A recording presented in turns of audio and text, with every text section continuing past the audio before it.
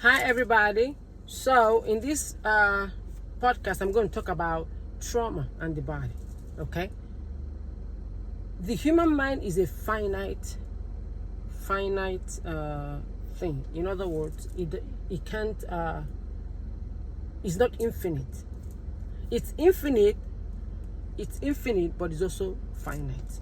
The things that it can store in your outside of your conscious awareness is infinite, but what you only have a finite space for what remains in your conscious awareness. Okay, because your mind can process all the information from your past and from your in your present all at the same time. So sometimes it just stores certain things, moves it in the back forward or back over there. Your body, though, some of them are stored in your body. The old mystics, the ancient mystics understood that a lot of information is stored in the bones. That's why they mummified the Egyptian priests and monarchy, because the information they knew is stored in the bone. The bone is the hardware, right? So they knew how to tap into that stored information resource and get the information they needed. Now, I don't know if that is how it still works, because human as a species is evolving. So I don't know if it works that way or if the body has developed a new device to store it. I don't know. But I do know that that information, the trauma that you go to, especially the childhood trauma, is stored in the body. It's stored in the way you react. It's stored in the body, and you can tell this by the way you react to things. Sometimes those reactions are absolutely and purely unconscious. It's amazing how sometimes you can watch your body reacting, and it's like you're looking at it from the outside. I mean, again, I have the ability to do this. I can watch my body like I'm outside looking at it. It's called dissociation. Again, that's a trauma from having gone through a lot of childhood trauma. So you learn to dissociate. To dissociate is how your mind deals with the intensity of the trauma. But dissociation does not necessarily have to be a bad thing. It allows me the ability to look at myself from outside looking in, right? So from a very objective perspective, so that I can look at what my body is doing from a purely logical and scientific and unemotional perspective. Okay, so trauma sometimes triggers your body to respond in ways that you're not even consciously aware of. Like, let's say, okay, personal example. So I was going to work and I was dressed up in my regular clothes. And as I was walking into work in my high heels, my body was shaking.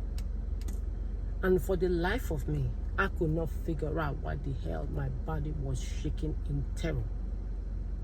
And to capture the moment, I texted my husband. And in that text, I kind of wrote down, like, why am I afraid? Why is my body terrified? I'm walking into work. I go here all the time, okay? I'm just going in for an interview for a different position.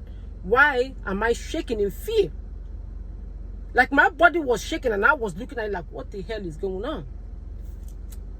And then, me, I'm really introspective. So I thought, why am I doing that? And then I realized okay, so there's a fear of being seen. I have a fear of being seen. And why am I afraid of being seen? Because as a kid, when I was seen, that meant I was punished for something. When I was seen, it was either somebody punished me for being there, or being present, or being seen. Like, every time my mother saw me, that was punishment. I was abused, I was insulted, or something. I remember when I was little, I used to hide from my mother. Literally, I would hide in the bathroom and lock the door, just so I'm not seen by my mother. Right? So that because then my mother was the authority figure in my life at the time. So somehow that is projected to all the authority figures. So there's this fear that if I'm seen by this authority figure, I'll be hurt. But that's childhood trauma speaking, right? And that is not true.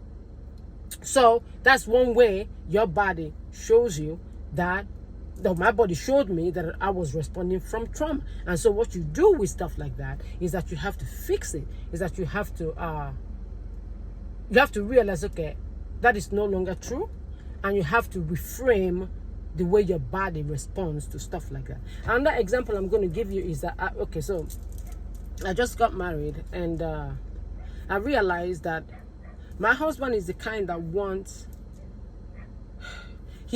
like this level of oneness and level of where literally the two become one, like a whole. Now he has the Venus in Cancer, so like a whole like enmeshment, like, and I understand it in my head. I understand in my head what he wants. And I kept looking at this, and over time, I realized I don't have the ability for that. I don't even know how to do that. Because from when I was little, I have been self-sufficient. Not just that I struggle for survival on my own. Like, I have encapsulated myself in this shell where I'm self-nurturing, self-sustaining, self-maintaining, self-regulating, everything self. I have never really like engaged another in a relationship to that matter, not even my mother. Because I realized the other day that my sister and I were 10 months apart. Listen to this, 10 months apart, okay? So my mother got pregnant with my sister when I was 3 months old. So can you imagine, at 3 months old, my mother became pregnant with my sister. So do you think she was breastfeeding me at 3 months when she was already pregnant? And 10 months later, when I was 10 months old, my other sister was born. Do you think that as a 10-month-old, with my mother carrying another baby, and she's in her 20s, you think early 20s for that matter, do you think she was able to give me what I needed to depend on her? No. As an infant, I learned not to depend on nobody. I learned that my cries will not be heard. I learned to eat a little bit, and somehow that little thing that I ate, I have to hold on to that because I don't know when the next one will come. So now, as an adult, food, I don't give it. Like, when it comes to food, I eat food because I have to eat food. If I was never hungry, I would never eat. Because all of that came from that childhood of deprivation. Not just deprivation of material things, but deprivation of nurture, deprivation of security. So again, that's a trauma response from when I was little, but my body stored that information. So now I'm in a relationship. So we have to talk about it, and I have to say, okay, so this is what the situation is, and I'm learning to peel off those onion layers. But you gotta understand, everything you went through is stored in your body. You can never escape your past. Never. You have to get those memories again, and you have to look at them with fresh eyes to reframe the story you are telling yourself about it. Because until I saw that, I did not know that I was operating from the principle of I am self-contained, I am self-regulating, I am self-nurturing, I don't need nobody. That was the story I've told myself all my life. Well, guess what? If I keep telling myself that story, my relationship is going to suffer for it. Because what kept you safe as a child will destroy you as an adult. So you're supposed to go back and take a look at that specific story and reframe it. So that you can, almost put that memory to rest. Because everything you've been through is stored in your body. Okay, you may forget it, but it's stored in your body. That's why I really don't understand how people, like all these things that they do, hypnosis I don't even know. You cannot run away from yourself, bro. The best way to deal with yourself is take a look at the hard shit and fix it. You may not be able to fix it, but you can fix the way you look at it, where it's most productive. Does that make sense?